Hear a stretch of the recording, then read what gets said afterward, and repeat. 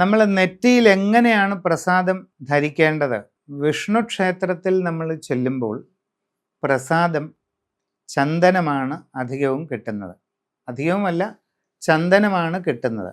ശരിയായ രീതിയിൽ വിഷ്ണു ക്ഷേത്രത്തിലെ ചന്ദനം ധരിക്കുമ്പോൾ ഇങ്ങനെ മോളിലോട്ട് 3 ഗോപി, അതാണ് പൂർണ്ണ വിഷ്ണു ക്ഷേത്ര പ്രസാദ ധാരണം. നമ്മൾ ഈ കേരളത്തിന് പുറത്ത് ചില വൈഷ്ണവ ക്ഷേത്രങ്ങളിൽ ഒക്കെ ചെല്ലുമ്പോൾ അവിടുത്തെ പൂജാരിമാരിങ്ങനെ 3 ഗോപി ധരിച്ച് നടക്കുന്നത് കാണാം.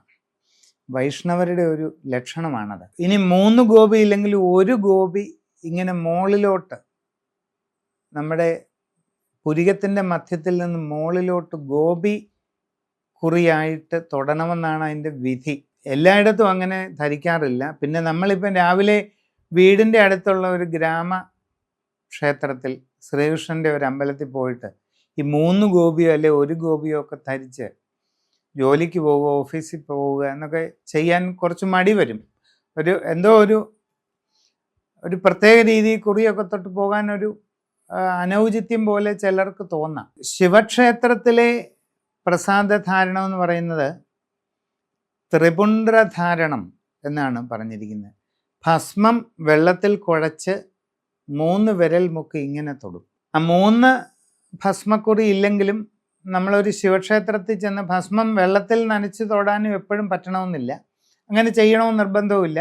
ഭസ്മം എടുത്ത് ഇങ്ങനെ 1 കുറി തൊട്ട് പോകാം. അതാണ് ശിവക്ഷേത്രത്തിലെ പ്രസാദധാരണ വിധി. അത് കുറച്ചുകൂടെ പ്രാക്ടിക്കലാണ്.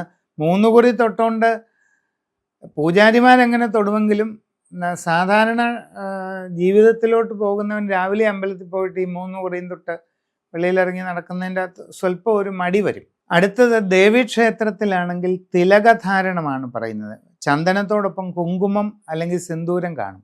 അത് ഇപ്പോൾ തൊട്ടിരിക്കുന്ന പോലെ 2 പുരികങ്ങളുടെ മധ്യത്തിലാണ് തിലകസ്ഥാനം. അപ്പോൾ ആ തിലകസ്ഥാനത്ത് 1 വിരൽ കൊണ്ട് ധരിക്കുക. അതാണ് ദേവീക്ഷേത്രങ്ങളുടെ പ്രസാദധാരണം.